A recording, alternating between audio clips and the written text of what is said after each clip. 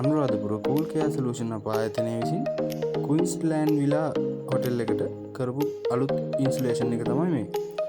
මේක TCL R32 machine එකක් non ඉන්නවට මේ තියෙන මැෂින් එක.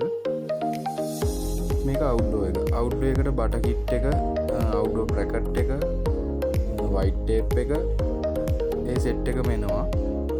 බලමු අපි ඉන්සුලේෂන් එක යන විදිහ ඉස්සරහට. දැන් අපි මේ විදිහට බ්‍රැකට් එක ගහ ගන්නවා. වැඩේ යන අතරතුර තමයි වීඩියෝ එක අරන් තියෙන්නේ. පොඩ්ඩක් ඇහිලා ස්පීඩ් යනවා. අපි දැන් මේ විදිහට ඉන්ඩෝ එක හයි කර ගන්නවා.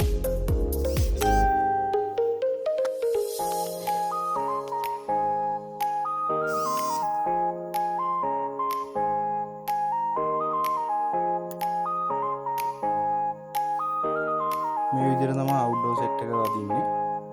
බටර් කෙලියට දාගෙන ඉතින් දැන් අවුට්ඩෝර් බ්‍රැකට් එක සෙට් කරගන්න තියෙන්නේ. ටිකක් අවුව සැරයි. අවුවේ මැෂින් වැඩ කරද්දි මේ දවස්වල ටිකක් අමාරුයි.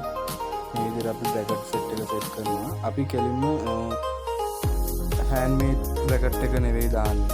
කම්පැනි යූස් කරන හොඳ ඔරිජිනල් බ්‍රැකට් එක.